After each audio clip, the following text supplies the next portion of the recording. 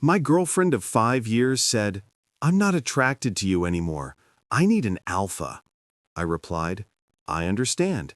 Then I accepted the promotion she wanted her new alpha boyfriend to get at our company. When she saw me in the corner office, her face went pale as she realized I was now her new boss. My girlfriend of 5 years, Tina, ended our relationship last Tuesday. We lived together, so she had the decency to do it face to face, but that's the only decency she showed.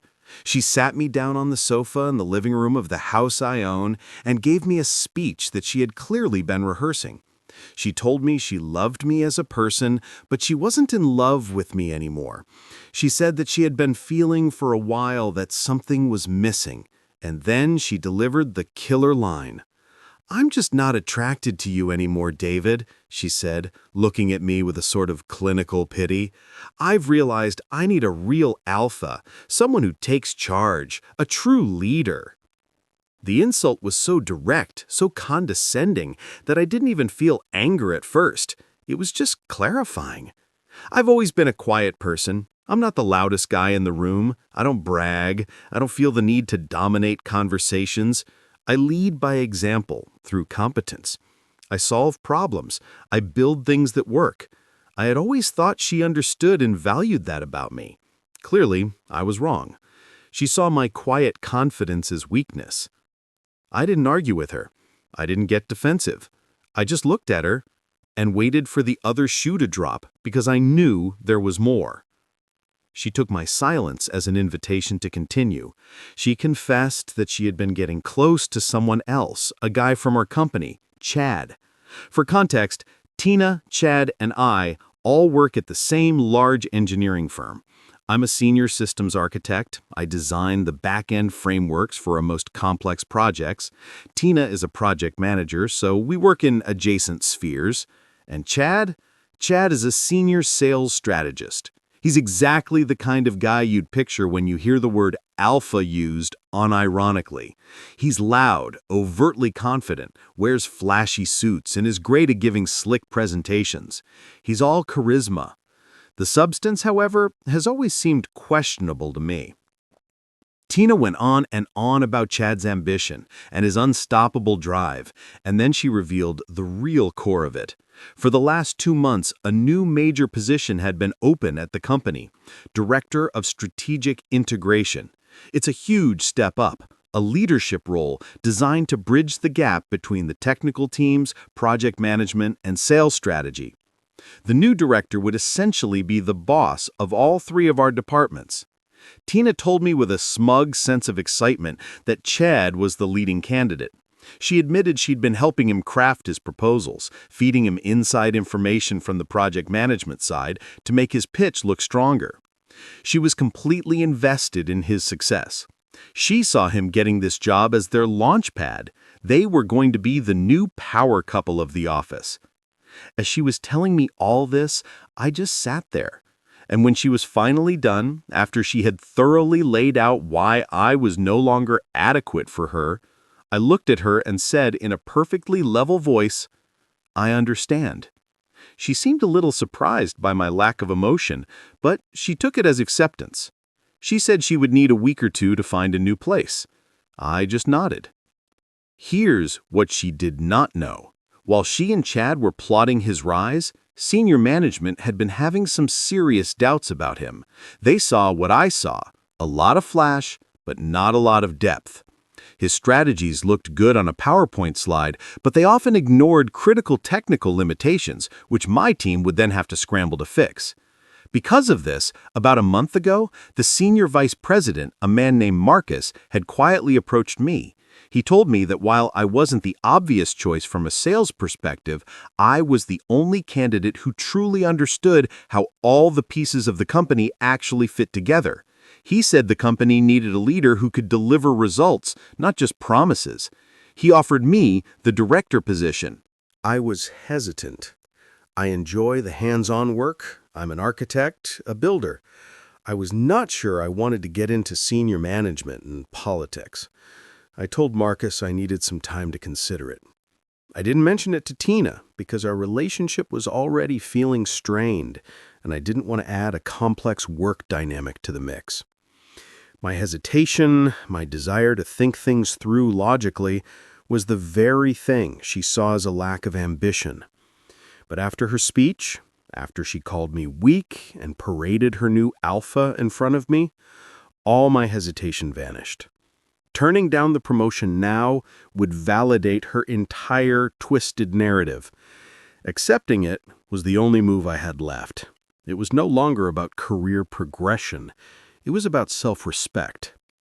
The next morning, I walked into Marcus's office. He looked up, surprised to see me. "David," he said, "what's on your mind?" "Marcus," I replied, "I've considered your offer. If it's still on the table, I accept." A huge smile of relief spread across his face. "That's the best news I've heard all month," he said, shaking my hand firmly. "We were hoping you'd come around. The official announcement will go out in a company-wide email on Monday morning. Welcome aboard, Director." I spent the rest of the day in a state of calm focus. When I got home, Tina was there already, packing some of her things. She was humming. She told me she was going to have a celebratory dinner with Chad on Monday night after the big announcement. She even had the audacity to pat my shoulder and say, "Don't worry, David. I've already spoken to Chad. Once he's director, he's going to make sure you're assigned to some of the most important new projects. He really values your technical skills." I just looked at her and nodded. "That's thoughtful of you," I said. This weekend was quiet. I moved her things from the master bedroom into the guest room. She thinks it's just me needing space. She is blissfully unaware of the email that is scheduled to hit the entire company's inbox at 9 o'clock on Monday morning. She thinks she's hitching her wagon to a rising star. She has no idea she's about to be introduced to her new boss. Update 2. Monday morning arrived with a strange sense of inevitability. The atmosphere in the house was thick with a tense, awkward silence. Tina, however, seemed to be floating on a cloud of smug satisfaction. She was more talkative than she had been in months, going on about the celebratory dinner she and Chad had planned for that evening. As we were getting ready for work, she stood in the doorway of the bathroom while I was shaving and gave me a piece of unsolicited advice. "You know, David," she started, her tone dripping with fake concern, "you're a great architect, probably the best in the company, but you just don't have that leadership spark. You should really learn from Chad. Watch how he commands a room. It might help you in the long run." I just rinsed my razor, wiped my face, and looked at her in the mirror. "I'll keep that in mind." We drove to the office in separate cars, a routine we had started a few weeks ago as the distance between us grew. I got to my desk at 8:30, cleared out a few old files, and prepared for the day. Tina was at her workstation, chatting excitedly on the phone, no doubt with Chad. At exactly 9 a.m., a new email notification popped up on my screen. It did on everyone's. The subject line was simple: Announcement. New Director of Strategic Integration. I didn't open it. I didn't need to. Instead, I watched Tina. I saw her click open the email, her face alight with triumphant expectation. I saw her eyes scan the first line, and then I watched as every ounce of color drained from her face. She went from tanned and glowing to pale, sickly white in about 3 seconds. Her mouth fell slightly open. She blinked and reread the email. Then she reread it again. From across the office, I could see her hands start to tremble.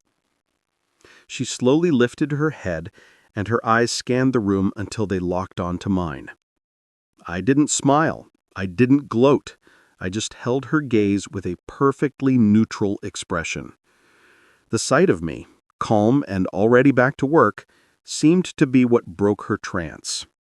She shot up from her chair and marched towards my desk. Several heads turned to watch her. She was moving with so much force that she was practically vibrating with rage. She stopped in front of my desk, her fists clenched. "What is this?"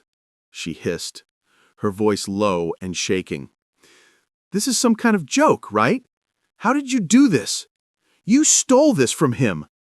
Her voice was rising in volume, and she was causing a scene. People were openly staring now. This was the moment. This was where the new dynamic would be forged. I slowly stood up, looking down at her as she was a few inches shorter than me. I kept my voice quiet, forcing her to lean in slightly to hear me. A subtle power move. "Tina," I said calmly, "this is neither the time nor the place for this conversation. My door is always open, but I expect you to conduct yourself professionally. We have a project status meeting scheduled for 10 o'clock. I'll see you in the main conference room. Then we can discuss your concerns about the project pipeline at that time." The color returned to her face in a hot, angry flush. She was speechless. She had come over to confront her ex-boyfriend, the man she had just deemed a weakling. She was now being addressed as a subordinate by her new boss.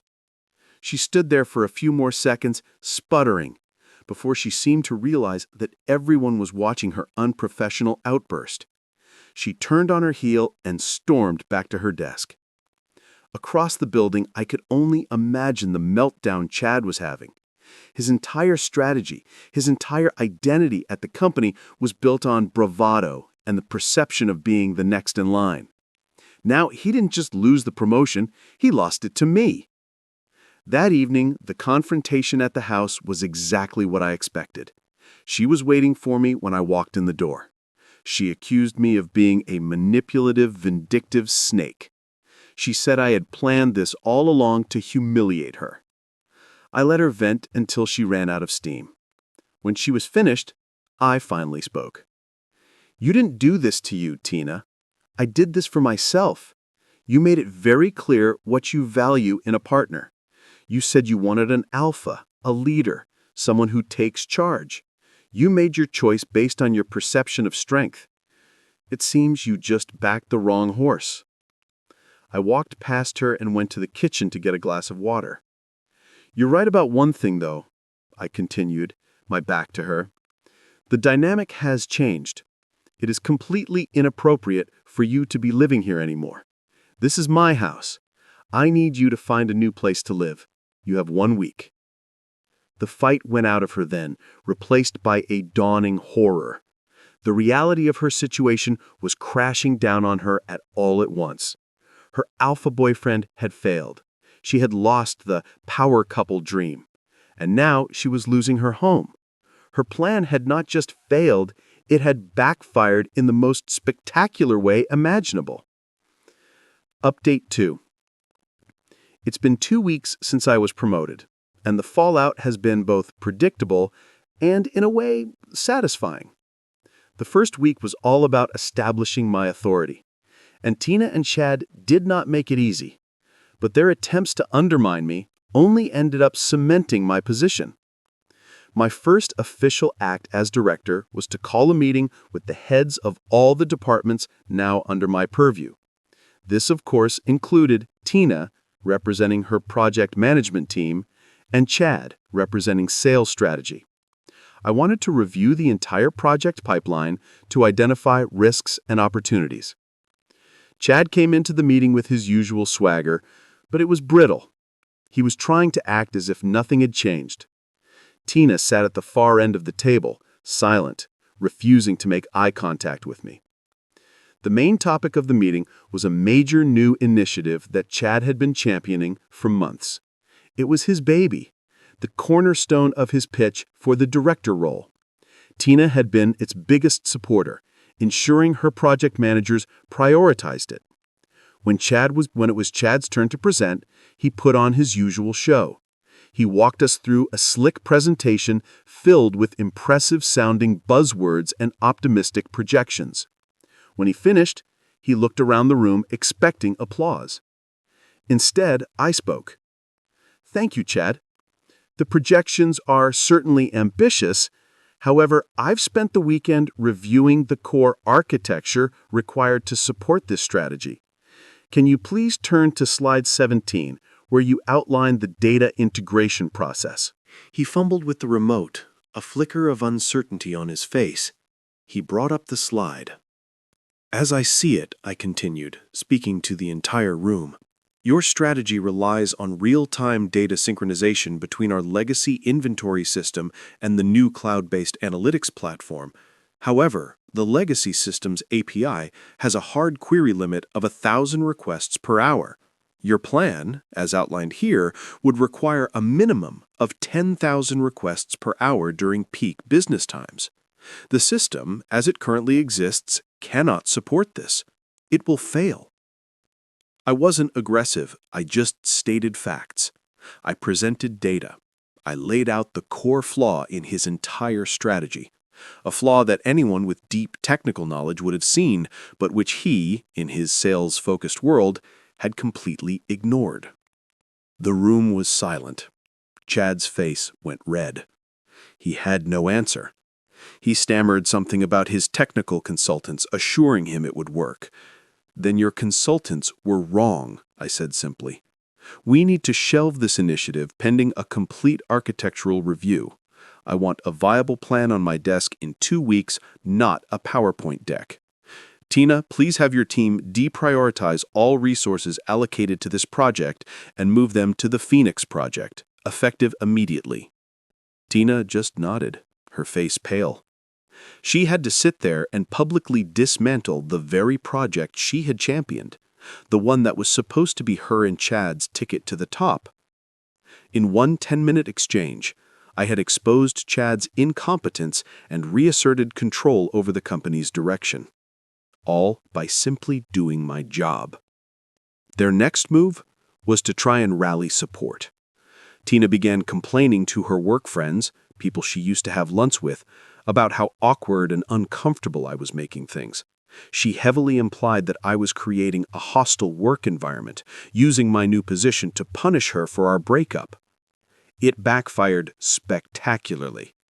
The people in our company, especially on the technical side, value competence above all else.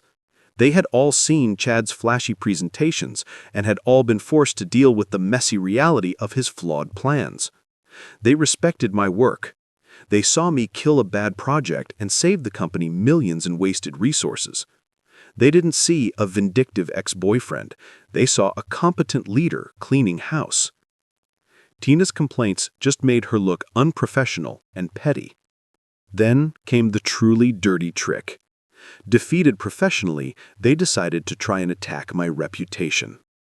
One of my old projects, a complex software update I had personally architected, was in its final deployment phase. Late one night last week, someone went into the system and altered a critical line of code.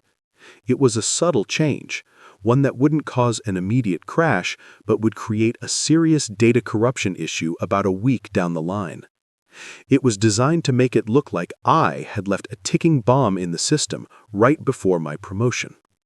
It was a direct attempt to make me look incompetent to senior management. It was a clumsy, desperate move. The next morning, during a routine check, I immediately noticed the anomaly in the code. It wasn't my work. The logic was sloppy.